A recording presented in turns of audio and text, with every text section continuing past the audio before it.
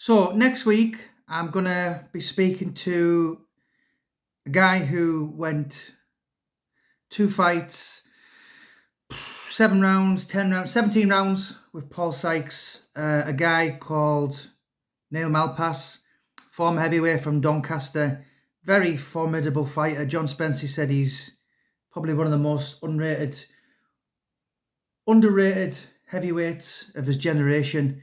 Neil had retired and come back out of retirement and fought big John Fury. So he had a lot of stories with Paul Sykes. Kind of two lads from Yorkshire, West Yorkshire, South Yorkshire.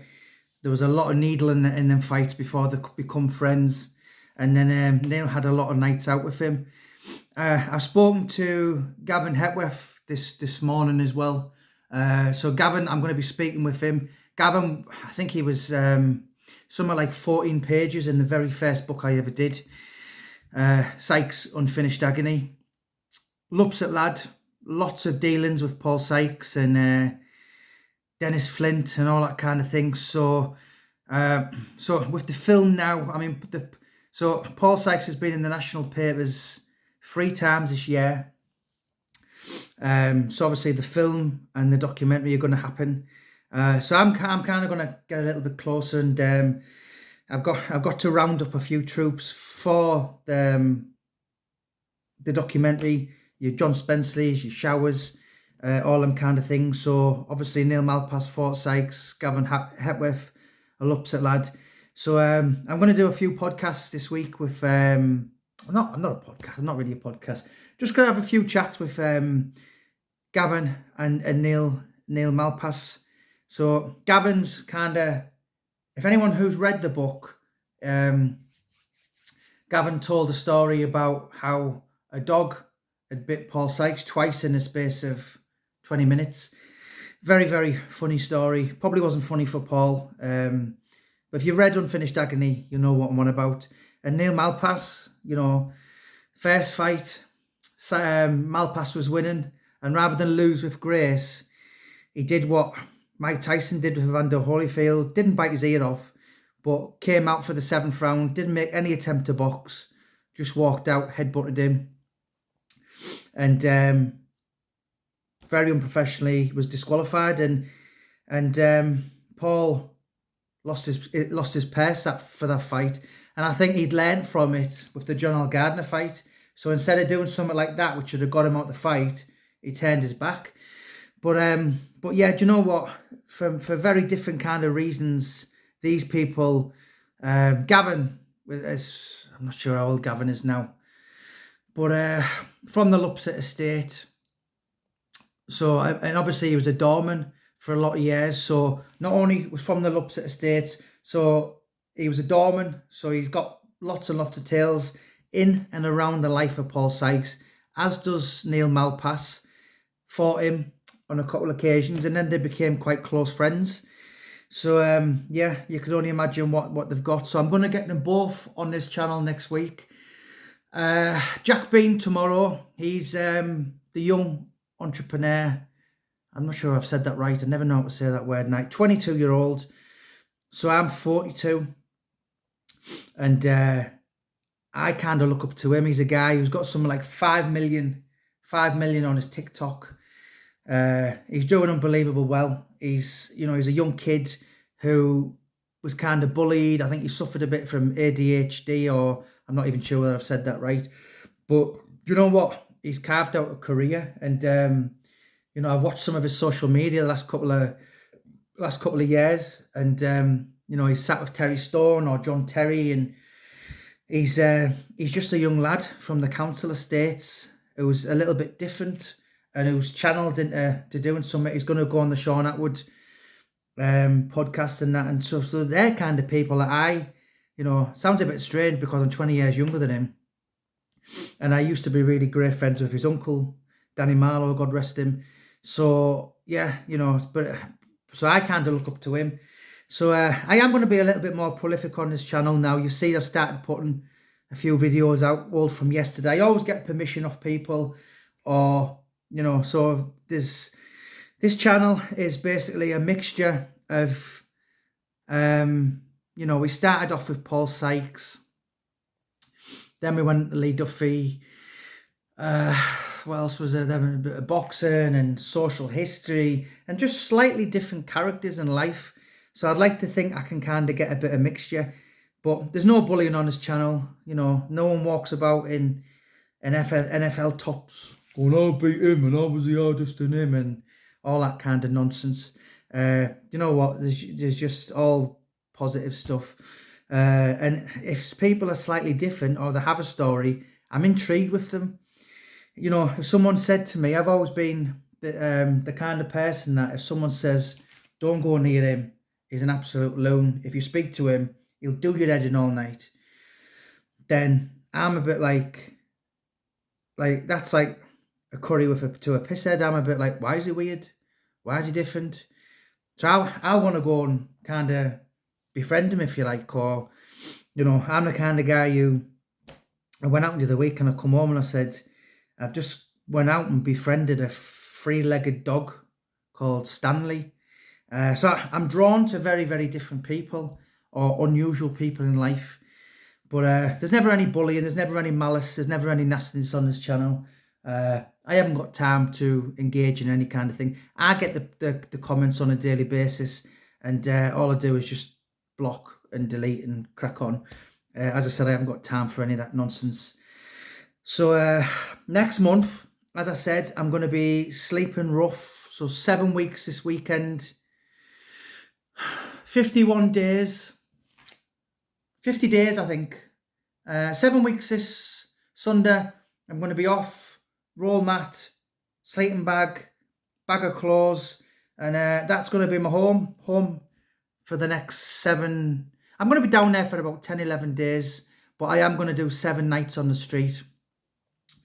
I think when I'm finished, I might award myself a night or two in a hotel, just to get used to civilization, just a bit of normality, a nice hot shower. Because as I'm down there, my mate's going to be letting me shower in his boxing gym every single day. So other than that, I am literally living on the street.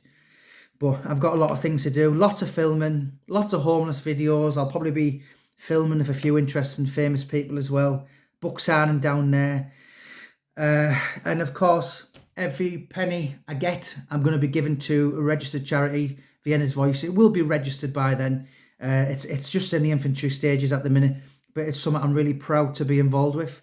So yeah, lots of fun, laughter and banter is going to be coming on this channel. I don't take myself too seriously. I need speech therapy today. I don't know what's wrong with me. As you can see, my haircut, do you know what I mean? It's like, so, but yeah, do you know what? Lots of different things, bit of banter, and all for a good cause will be coming on this channel.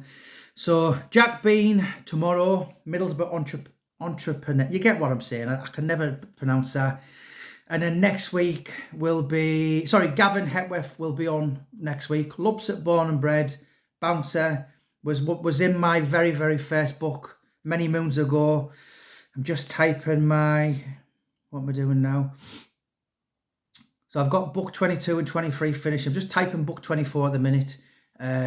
So Gavin was in the first one, Tales and Paul Sykes. And next week will be Neil Malpass. And I've got a few footballers and boxers not to get out. As I said, I think I said yesterday, this isn't my every single day. Books are my bread and butter. So I know there's someone out there and they're like, oh, look at his channel. He's only got 7,500 and we've got 19,000 now. And I'm the best fighter in the world and I'm the best rally driver in the world. And I was British Bulldogs partner and I was beat Lee Duffy in a fight. Listen, YouTube's not my thing, mate. Books is, but I will give it a go now and again. But I will get a bit more prolific in this, as I've said. But listen, my anxiety is a lot more better. I was at the hospital. Sorry, that was a lie. So I was at the doctor's this week, and I'm at the hospital in 2 weeks. So I need to get it sorted, and then do you know what? I'm taking over the world in my head anyway. But do you know what?